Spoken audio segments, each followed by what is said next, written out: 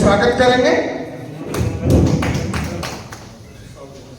और एक सॉन्ग के रूप में हम अपने अरमानों को, अपने भावनाओं को व्यक्त कर रहे हैं, सम्मान दे रहे हैं। सॉन्ग से हम अपने मुख्य अतिथि का हार्दिक अभिनंदन करते हैं, स्वागत करते हैं। धन्यवाद। बैठ जाएंगे। दीपक हमारे जीवन से जुड़ा हुआ है।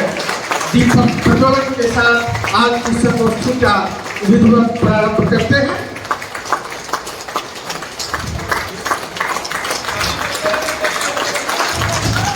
अपने अपने जगह से सभी तालियों से दीप प्रज्वलन में अपनी सहभागिता सुनिश्चित करें। सभी अपने अपने स्थान से जोरदार तालियां बजाते रहेंगे। गीता का एक श्लोक भी अंकित है, योगम क्षेमम वहामयम, अर्थात जिन्होंने हम पर निष्ठा रखी है, हम उसकी जिम्मेवारी लेते हैं। और ठीक इसी तरह से LIC का ये प्रचलित स्लोगन जिंदगी के साथ भी और जिंदगी के बाद भी। तो ये बताने की आवश्यकता नहीं कि आप लोगों के माध्यम से, चाहे ठंड हो, गर्मी हो, बरसात हो, हर एक मौसम में गांव-गांव तक जाकर लोगों से मिलना और उनका जीवन सुरक्षित कैसे रह सके, भविष्य कैसे सुरक्षित रह सके, इसके बारे में उनको जानकारी देना और उनके साथ उनको अपने परिवार में जोड़ना, ये आप लोगों का रहा है। आज यही वजह है कि 13 लाख अभिकर्ता, LIC के अभिकर्ता पूरे भारतवर्ष में हैं। और सबसे बड़े, जैसा कि जो जानकारी मिली कि मतलब चौथा पूरे विश्व में चौथी सबसे बड़ा आपका लाइफ इंश्योरेंस यानी LIC का है। और बहुत ही सहयोग भारत सरकार को आपका मिलता रहा है। समय समय पर सरकार के माध्यम से भी आप लोगों को जो आपकी समस्या रही है उसका समाधान भी सरकार की ओर से किया गया है। और आर्थिक सुरक्षा किसी भी व्यक्ति या परिवार के लिए उतनी ही जरूरी है जितना भोजन, वस्त्र और आवास। लेकिन जब भी किसी परिवार या मुखिया आर्थिक सुरक्षा प्रदान करने वाला कमाऊ व्यक्ति नहीं रहता तो अचानक उस पर इस तरह से विपत्ति का पहाड़ टूटता है। तो आपके माध्यम से ही जो भी बीमा कराए हुए होते हैं और उनको आप आर्थिक रूप से आप उन्हें सहयोग भी करते हैं और LIC के प्रति एक लोगों का भरोसा भी है। जो ट्रस्ट आपने लोगों के अंदर आपने जो जमाया है, बिल्कुल आज भी वो उसी तरह बरकरार है। चाहे कोई भी आए, कितना भी जीवन बीमा पॉलिसी के लिए लोग आए, लेकिन सबसे ज्यादा लोगों का भरोसा LIC पर, लाइफ इंश्योरेंस यानी आप LIC पर है, भारतीय जीवन बीमा निगम। और इसी के तहत आप स्थापना काल से ही देखें तो LIC ने बहुत सारे उतार चढ़ाव भी देखे। भारत की प्रगति को नापसंद करने वाले तत्वों ने विदेशी साजिश की मदद से LIC के बारे में बहुत तरह की अफवाहें भी फैलाना शुरू की, बहुत सारे प्रचारित भी किए। LIC फेल होने वाला है, LIC डूबने वाला है। लेकिन फिर भी आप सबने धैर्य और पराक्रम की सराहना आप सबका मैं करना चाहूंगी कि आप सभी ने दुगने उत्साह से निष्ठापूर्वक अपना काम जारी रखा और मिथ्या प्रचार का मुंह तोड़ आपने जवाब दिया और आप मजबूती के साथ आप खड़े ही रहे। ये सभी आपके मेहनत का ही नतीजा है कि 17 मई 2022 को स्टॉक एक्सचेंज पर लिस्टिंग के बाद 16 जनवरी 2024 को पहली बार LIC का स्टॉक अपने लिस्टिंग प्राइस से ऊपर जाने पर सफल हुआ।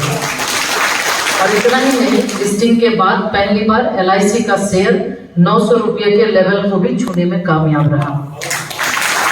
तो बहुत ही आपका सहयोग समाज के बिल्कुल सुदूरवर्ती ग्रामीण क्षेत्र में कोने कोने में रहने वाले लोगों के प्रति है और उससे लेकर देश को भी आगे बढ़ाने में देश का इंफ्रास्ट्रक्चर मजबूत करने में भी आपकी अहम भूमिका रही है। और अभी जैसा कि आदरणीय प्रधानमंत्री जी की सोच है, जो संकल्प उन्होंने लिया है लाल किले के प्राचीर से कि भारत को 2047 तक विकसित बनाएंगे, और निश्चित रूप से भारत को विकसित बनाने में आपकी भी अहम भूमिका है, LIC परिवार की भी अहम भूमिका रहेगी। क्योंकि आप मध्यम वर्गीय हो या फिर बिल्कुल समाज के नीचे रहने वाले लोग हो, आप उनके साथ जुड़कर आप काम करते हैं।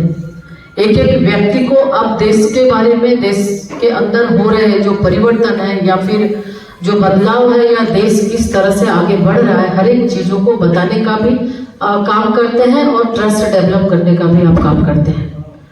और आप के इस जज्बे और हौसले ने देश को कुछ नया और बड़ा लक्ष्य निर्धारित करने और तय समय में उसे हासिल करने की भी प्रेरणा दी।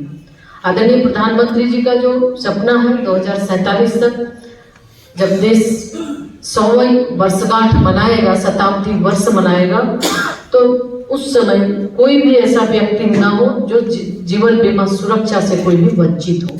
ये भी समय समय पर आपकी समस्या के बारे में भी बात आई है। अभी जो हेल्थ इंश्योरेंस की बात आपने की, राष्ट्रीय अध्यक्ष नयन जी ने जो किया है, बिल्कुल ये जो भी समस्या आपने जो एक मांग पत्र भी हमें दिया है, अभी 31 तारीख से हाउस भी चलने वाला है, लोकसभा सत्र भी चलने वाला है, तो निश्चित रूप से इतना तो मैंने जो आवश्यक है निश्चित तौर पे लिख के हम अपनी तरफ से भी माननीय वित्त मंत्री जी हैं उनको हम ये सुपुर्द करेंगे जो आपका डिमांड है। लेकिन ये आप भी जानते हैं क्योंकि ये 1 महीने बाद मतलब बहुत ही नज़दीक चुनाव है, तो शायद अभी तुरंत में आपका कोई बात पूरी ना हो पाए, लेकिन ये जरूर आप धैर्य रखिए। निश्चित तौर पे कि जिस तरह से आप जान रहे हैं कि देश के प्रधानमंत्री आदरणीय नरेंद्र मोदी जी लगातार चाहे एक सुदूरवर्ती गांव में रहने वाले महिला का क्या कष्ट है, अब उसकी बात हो, चाहे पर शहर में रहने वाले, यानी हर एक व्यक्ति के लिए, हर एक लोगों के लिए सिर्फ एक सबका साथ सबका विकास एक नारा नहीं, बल्कि एक मंत्र के साथ काम करते हैं और क्रमशः बारी बारी से हर एक चीज़ों को दृष्टिगत करते हुए आज शिक्षा की बात आपने की। तो शिक्षा की बात अगर हम करें तो राष्ट्रीय शिक्षा नीति 2020 यानी 34 वर्षों के बाद ये शिक्षा नीति आई और इस शिक्षा नीति के माध्यम से बहुत कुछ चीज़ों को जो आज भारत का गौरवशाली इतिहास रहा है, कहीं न कहीं हम इससे वंचित रहे, हमें ये नहीं पढ़ाया गया। मैकाले मॉडल के वजह से रटंत शिक्षा पे विशेष जोर दिया गया। तो आज ये हम सब राष्ट्रीय शिक्षा नीति के माध्यम से ये प्रयास कर रहे हैं कि अब हमारे बच्चे रटंत शिक्षा पर न जाए, बल्कि बच्चे समझ कर पढ़ें। बच्चे जब समझ कर पढ़ेंगे, बच्चों को जब मातृभाषा में, भारतीय भाषा में बच्चों की प्रारंभिक शिक्षा होगी, तो कहीं ना कहीं हमारे बच्चे आगे जब वो बढ़ेंगे तो वो समझकर, अगर किसी भी चीज़ को समझकर वो पढ़ते हैं, प्रैक्टिकल नॉलेज होता है, तो उसके बाद उसका कुछ और ही रिजल्ट होता है।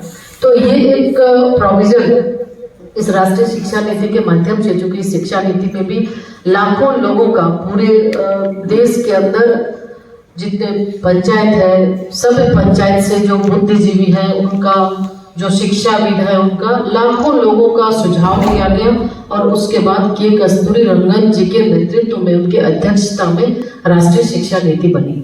और राष्ट्रीय शिक्षा नीति बिल्कुल हम कहें तो ये एक हमारा एक शिक्षा के क्षेत्र में अगर कहें तो ये भी एक बहुत ही महत्वपूर्ण डॉक्यूमेंट है और जिसमें शिक्षा की व्यवस्था को कैसे हम दुरुस्त कर सकते हैं, बच्चों तक कैसे अच्छी शिक्षा, गुणवत्ता शिक्षा पहुंचा सकते हैं, इस शिक्षा नीति के माध्यम से ये प्रयास किया गया है कि बच्चों को अच्छी शिक्षा, गुणवत्ता शिक्षा, मातृभाषा में शिक्षा, व्यावसायिक शिक्षा और उसके साथ ही साथ अंग्रेजी का विरोध नहीं है, लेकिन सिर्फ अंग्रेजी ही माध्यम ना हो, बल्कि मेडिकल इंजीनियरिंग में भी हिंदी और भारतीय भाषा पर जोर दिया गया है और इसकी पढ़ाई की शुरुआत भी हो गई है कि मेडिकल और इंजीनियरिंग की पढ़ाई भी भारतीय भाषा और अन्य भाषाओं में भी हो रही है।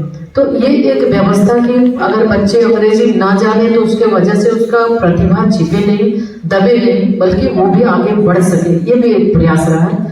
और तो इस तरह से बहुत सारे परिवर्तन, रिसर्च पर जोर दिया गया है। जब तक हम रिसर्च पर जोर नहीं करेंगे तब तक देश को आगे शायद नहीं बढ़ा सकते। और आज बच्चों को जब अवसर मिल रहा है तो हम देख रहे हैं कि हमारे बच्चों के अंदर जो छिपी हुई प्रतिभा वो निखर कर सामने आती है। आज आप देखेंगे 10,000 से ज़्यादा अटल टिंकरिंग लैब बना है, तो स्कूल के बच्चों के लिए है। जब हम स्कूल में जाते हैं तब लगता है कि आज छोटे छोटे बच्चे, 10th के बच्चे, 11th के बच्चे, आज बच्चों के अंदर कितना हुनर है कि बच्चों के द्वारा वहाँ पे एक के बाद एक नए नए इनोवेशन किए जा रहे हैं। उसके माध्यम से वो एक जब अवसर मिला है तो वो क्या सोचते हैं, आज देश को क्या आवश्यकता है या फिर करंट अफेयर में क्या जरूरतें हैं, उन सारी चीज़ों के बारे में भी देखने को हम लोगों को मिलता है। तो ये एक अवसर, यानी कि जिस किसी को अवसर देने का काम प्रधानमंत्री जी ने किया है बच्चों को, तो हमारे बच्चे बहुत ही अच्छा कर रहे हैं। तो इसलिए हम सिर्फ इसलिए ये बात कहना चाहें कि हर क्षेत्र को प्रधानमंत्री जी देख रहे हैं और अगर 2047 तक भारत को विश्वगुरु की बात करते हैं या फिर देश में कहीं ना कहीं हम देखें तो विश्व के इस कोरोना महामारी के समय विश्व के अंदर जो भी समृद्ध देश थे कहीं ना कहीं कोरोना की चपेट में वो आए, लेकिन भारत 5वीं अर्थव्यवस्था वाला देश बना, तो उसमें आपकी भी भूमिका बहुत ही महत्वपूर्ण रही है। और आने वाले तीसरे टर्म में जो माननीय नरेंद्र मोदी जी का है, आदरणीय प्रधानमंत्री जी का लक्ष्य है कि जब तीसरे टर्म में आएंगे तो देश तीसरी अर्थव्यवस्था वाला देश होगा भारत। तो इस सोच के साथ माननीय प्रधानमंत्री जी काम कर रहे हैं, उसमें आपकी भी महत्वपूर्ण भूमिका है। गांव के सुदूर गांव में रहने वाले लोगों की भूमिका है और उन सभी लोगों को साथ लेकर ही 2047 विकसित भारत की संकल्पना उन्होंने की है कि भारत शताब्दी वर्ष मनाएगा, उस समय एक विकसित भारत देश विश्व के अंदर एक मजबूत और समृद्ध राष्ट्र बनेगा। और आज ये हम लोग को देखने को भी मिल रहा है विश्व के स्तर पर कि जो अपने काम से, चाहे वो विदेश नीति हो, चाहे वो आर्थिक नीति हो, हर एक मामले में आज भारत कहीं न कहीं अपना परचम विश्व में लहरा रहा है।